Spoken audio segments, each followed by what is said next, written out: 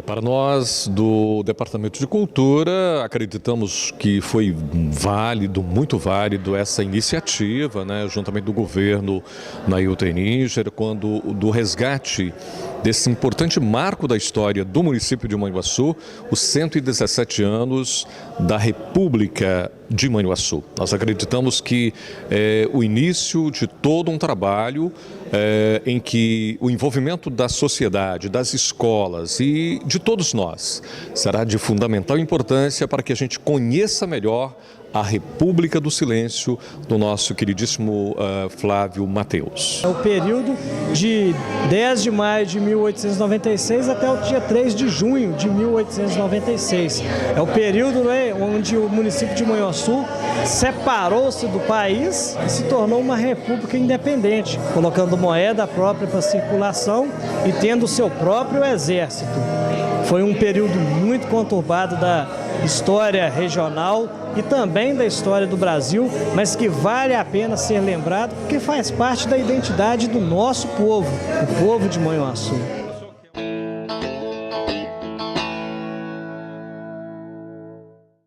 Para o município, esse fato, sem dúvida, ele oferece condições essenciais para atrair pesquisadores, atrair curiosos, atrair também o turismo para a nossa cidade, uma vez que essa história retrata o passado histórico de ancestrais, de pessoas que ainda vivem aqui na nossa região. E uma das principais coisas que nós precisamos de valorizar nas pessoas hoje é a identidade. Então, essa história ela faz parte da identidade do povo de Manhuaçu, mas principalmente ela vai poder atrair um grande recurso educacional para a nossa cidade, uma vez que através do investimento na educação, na área de pesquisa, nós vamos estar trazendo pessoas de fora para aqui para a cidade, para pesquisar, para estudar e trabalhar, que vão movimentar a nossa economia. E isso vai ser muito bom para a economia do município e principalmente para o investimento nos setores educacionais. É um prefeito que tem assim uma visão e eu acho muito interessante a gente poder compartilhar com essa visão, a gente poder acreditar nesses ideais.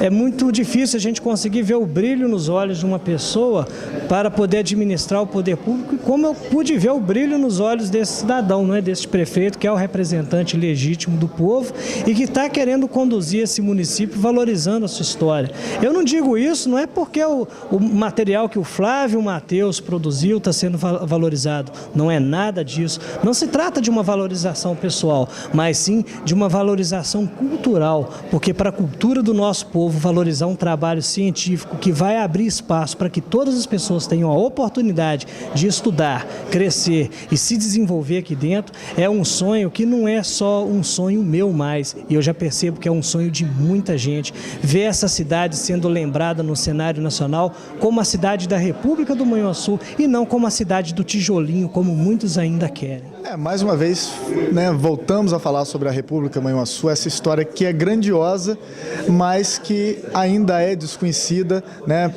por muita gente da nossa terra, do nosso estado, do nosso Brasil, porque essa história ela não pertence só a Manhuaçu, essa história pertence ao nosso estado de Minas Gerais, essa história pertence ao Brasil, num período importante de transição justamente da República, da monarquia para a República, o período imperial para a República, e nós precisamos exatamente estar colocando essa história na boca da nossa população, na boca dos nossos estudantes, para que exatamente mais tarde nós venhamos a conhecer a nossa história, porque isso vai fazer exatamente tornar muito mais significativo o nosso presente, que é esse povo realmente aguerrido, esse povo manhuaçuense que é desenvolvimentista.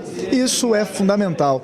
Estar falando sobre a República do Manhuaçu e o município com essa ação de tornar nesses 22 dias Manhuaçu novamente simbolicamente uma república, isso torna exatamente o nosso município grande, do tamanho que ele deve ser visto por todos nós.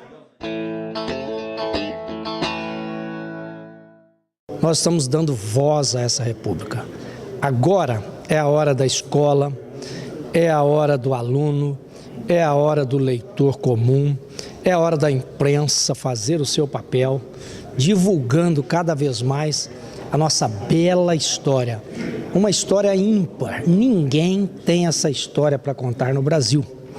E é interessante saber que até mesmo o nome Boró significa peso e que era a moeda dos países vizinhos daquela época.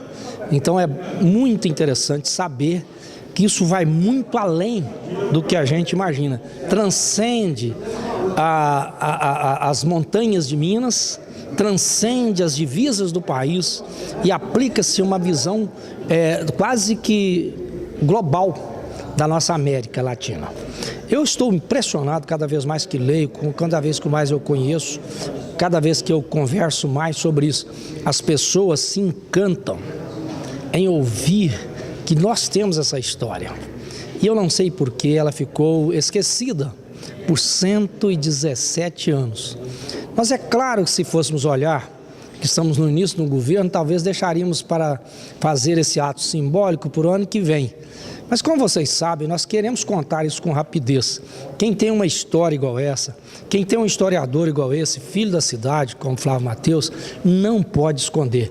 É um tesouro que nós estamos descobrindo e nós certamente vamos transformar essa história em um grande motivo de crescimento cultural, de crescimento turístico, onde nós vamos trazer para cá pessoas para nos conhecer, para nos ajudar a ficarmos mais felizes, recebê-los com simpatia, como é óbvio do nosso povo, inclusive a própria história conta isso, né? Não há um povo de conflitos aqui, pelo contrário, há um povo da paz, como termina essa história, e ela será contada nos próximos capítulos de maneira mais clara. E nós queremos então já lançar no ar esse desejo que nós temos de que se torne num seriado, que se torne num filme.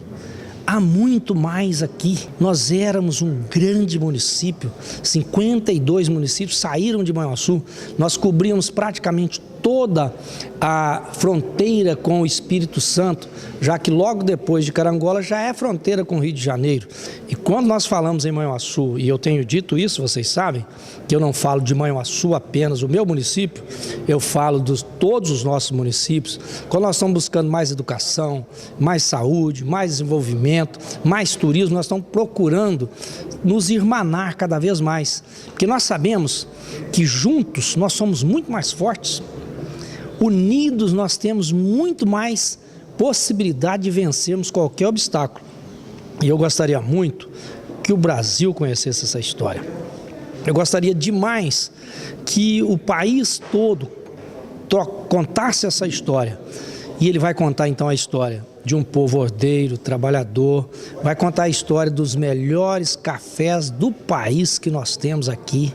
Ele vai contar a história de homens determinados que jamais se abateram.